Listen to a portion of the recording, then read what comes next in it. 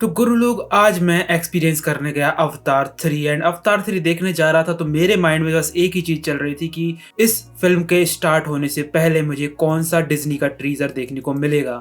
And मैं बिल्कुल सही था भाई, मेरे को देखने को मिला वही लीक टीज़र जिसके बारे में हम पहले ही बात कर चुके हैं।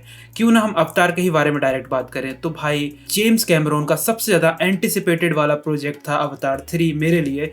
एंड जब ये मूवी आप एक्सपीरियंस करते हो ना, तो आप एक चीज़ ज़रूर रियलाइज़ करते हो कि जो सिनेमा घर बने हुए हैं, जो तुम्हारे यहाँ टॉकीज बनी हुई हैं और जो 3D बना हुआ है, वो भाई इसी फिल्म के लिए बना हुआ है। मतलब कि ये वो फिल्म है जो top of the line benchmark set करके रखती है फिल्म इंडस्ट्री का, सिनेमा इंडस्ट्री का, कि भाई इससे ऊपर अगर कोई बना के बता देना तब की बात करना तुम।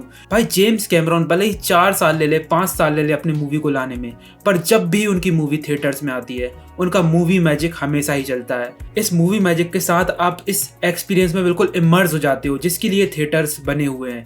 भाई इसको देखते हुए ऐसा लगता है कि भाई मेरा तो 1 वे टिकट कटा दो, पेंडोरा में ही मेरे को जाके सेटल होना है।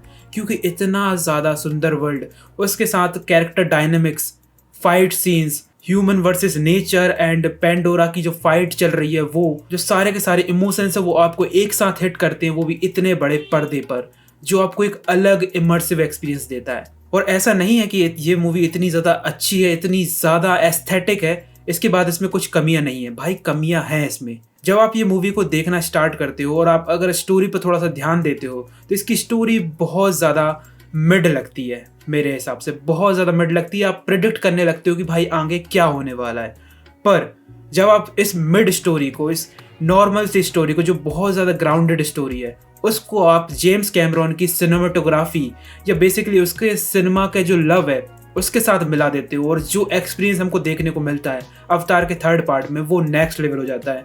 बिकॉज जेम्स कैमरून की अवतार सीरीज का जो बेंचमार्क सेट कर रखा है ना जेम्स कैमरून ने, उसको टच कर पाना नथिंग टू इम्पॉसिबल है आज की जनरेशन के लिए। तो क्योंकि मेरे को नहीं लगता कि कोई फिल्म मेकर जेम्स कैमरून के अवतार के लेवल की फिल्म बनाता होगा। एंड ये मैं लेवल की बात प्रॉफिटेबिलिटी पे नहीं कर रहा हूँ, मैं ये लेवल की बात कर रहा हूँ इन अ वे जो आप एक्सपीरियंस करते हो सिनेमा घरों में इस फिल्म को लेकर। इन अ वे कि कभी भी आप सिनेमा घर में कोई भी मूवी देखने जाओ, भले ही वो कितनी ही अच्छी स्टोरी लाइन के साथ आए, पर जो अवतार सीरीज है, जो अवतार फ्रेंचाइजी है, उसकी मूवी जब आप एक्सपीरियंस करते हो थिएटर में, तब आपको रियलाइज होती है कि भाई 3D इसी मूवी के लिए बना हुआ है। IMAX के थिएटर्स इसी मूवी के लिए बने हुए हैं। जो थिएटर सिनेमा घर वाला एक्सपीरियंस है ना, वो इसी के लिए ही बना हुआ है। बिकॉज ये जो मूवी हमको एक्सपीरियंस डिलीवर करती है, वो शायद ही कोई मूवी हमको कर सकती है। एंड भाई मैंने जैसे कि बोला, स्टोरी की बात करी जाए, जो इसका वीक पॉइंट भी कह सकते हो कि भाई मिड लगती है। क्योंकि जब इस स्टोरी को बढ़ते हुए आप देखते हो तो आपको लगता है कि भाई स्टोरी में कुछ तो कमी है, इसमें हमें वो डेप्थ देखने को नहीं मिलता जो हमें बहुत सारी मूवीज़ में देखने को मिल जाता है।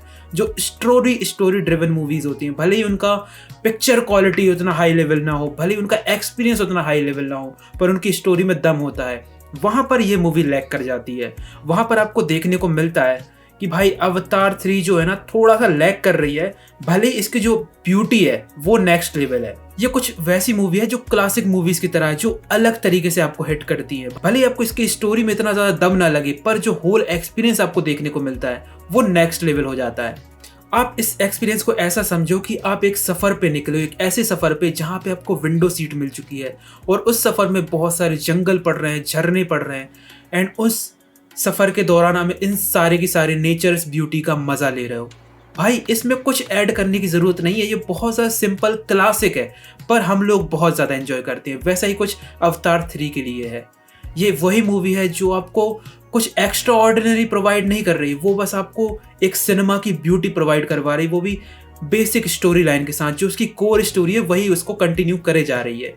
एंड आपको देख के समझ में आ जाता है, क्योंकि आप अब का जो कंटेंट है वो बहुत ज़्यादा हार्डकोर हो चुका है, बहुत ज़्यादा स्टोरी ड्रिवन, थ्रिलर, हॉरर, आप किसी भी जॉनरा से आते हो, पर जब आप अवतार को देखना स्टार्ट करते हो तो उस एक्सपीरियंस में खो से जाते हो। जैसे कि मैंने बोला, कुछ ऐसा एक्सपीरियंस जिसे देखने के बाद आप भी कहोगे कि मेरे को भी पेंडोरा की 1 वे टिकट करवा दो। कुछ वैसा ही एक्सपीरियंस। मैं जब ये मूवी एक्सपीरियंस करके आया एंड मैंने जब इसके बारे में सोचा, तो मेरे को एक चीज़ बहुत बुरी हिट करी कि अवतार द होल फ्रेंचाइजी है, जिसपे हमारे अभी तक 3 पार्ट देखने को मिल गए, इनका कोई कल्चरल इम्पैक्ट नहीं रहा है पूरे सिनेमा इंडस्ट्री में। लाइक ये दबा के कमाती तो बहुत है, पर इनका कोई पॉप कल्चर इम्पैक्ट नहीं रहा है। जितना कि हमारे दूसरी फ्रेंचाइजी को लेकर आया। चाहे वो एग्जाम्पल के लिए आप जुरासिक पार्क को ले सकते हो, वो भी बिल्कुल क्लासिकल एग्जाम्पल है। चाहे आप हैरी पॉटर को ले सकते हो, वो भी बिल्कुल क्लासिकल एग्जाम्पल है। इवन आप गेम ऑफ थ्रोन्स जैसी सीरीज को ले सकते हो जो हमें टीवी पे देखने को मिलती है, इनका कल्चरल इम्पैक्ट है। इवन आप भाई मिशन इम्पॉसिबल, जेम्स बॉन्ड जैसी फ्रेंचाइजी से भी ले सकते हो, इनका भी कल्चरल इम्पैक्ट है। अब तो आजकल तो भाई सुपर हीरो मूवीज का भी कल्चरल इम्पैक्ट है, चाहे वो आयरन मैन हो, बैटमैन हो, क्रिस्टोफर नोलन की बैटमैन हो, जोकर हो, इन सारी मूवी का भी कल्चरल इम्पैक्ट होता है। पर अवतार मूवी ऐसी होती है कि इसमें याद रखने लायक कुछ नहीं होता। जब तक हैं तब तक आप उस सिनेमा का एक्सपीरियंस ले लो, उसके बाद आप भूल से जाते हो कि उस स्टोरी में था क्या, जब तक आप उसे दोबारा से नहीं देखते। तो भाई मैंने इतनी सारी चीज़ें आपको बता दी अवतार के बारे में, पर तुम लोग सोच रहे भाई इसने स्टोरी के बारे में तो रत्ती भर भी नहीं बताया। तो भाई स्टोरी की बात करें बिना स्पॉइल करे तो भाई इसकी स्टोरी वहीं से कंटिन्यू होती है जहाँ पर जेक सली अपने एक्सप्लोर करने को निकल चुका है, जहाँ पे भाई कर्नल उसके पीछे पड़ा हुआ है। उन लोगों ने शिप विप को डुबा दिया था सेकेंड पार्ट में। अब थर्ड पार्ट में वो एस एंड फायर वाले आइलैंड पे जा रहे हैं, जो कि भगवान पे, देवता पे, उनका जो पेंडोरा के देवता रहते हैं उन पे वो विश्वास नहीं करते। एंड जेक सली को अब दो ड्यूटी निभानी, एक तो उसकी फैमिली को प्रोटेक्ट करना है उसको, साथ ही साथ वो अपनी क्लैन का कैप्टन भी है, तो उसको उस चीज़ का भी पूरा ध्यान रखना है कि किस तरीके से अपनी ट्राइब को वो बचा के रखे। एंड इसमें एक चीज़ और ऐड करी गई है जो कि स्पाइडर है। स्पाइडर जो हमारा एक कैरेक्टर है जो कि एक ह्यूमन फॉर्म में दिखाया गया था हमको ट्रेलर में भी। एंड जब हम उस ट्रेलर को ध्यान से देखें तो उसमें हमको दिखाया गया था कि स्पाइडर समहाउ सांस ले रहा है पेंडोरा में without an a mask.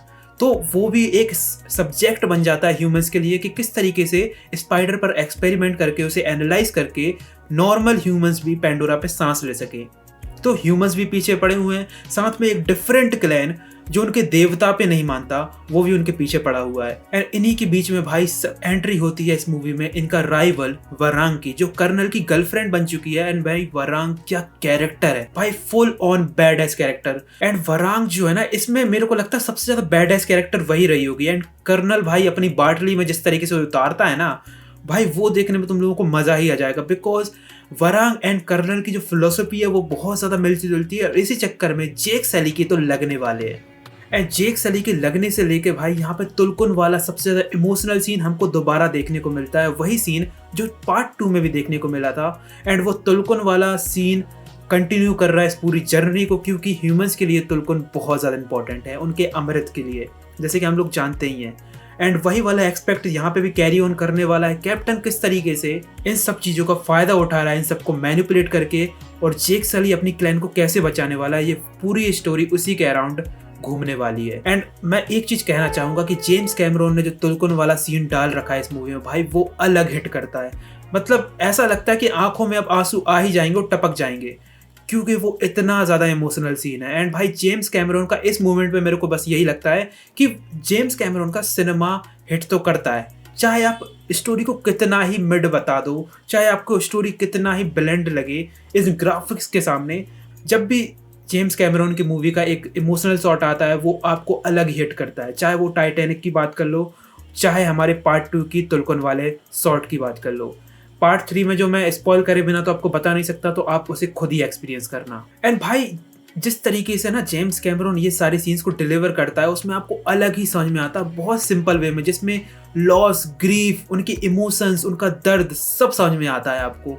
And किस तरीके से वो स्ट्रगल कर रहे हैं एक पर्टिकुलर चीज़ के लिए, और किस तरीके से वो सोच रहे हैं कि आखिर वो इन दोनों में से कौन सा रास्ता चुने, वो सारी चीज़ें आपको महसूस होती है इस मूवी में। दोस्तों एंड में बस यही कहना चाहूँगा कि जो अवतार का पार्ट 3 है उसमें बस एक चीज़ नहीं भूली जाती, इसका सिनेमा एक्सपीरियंस।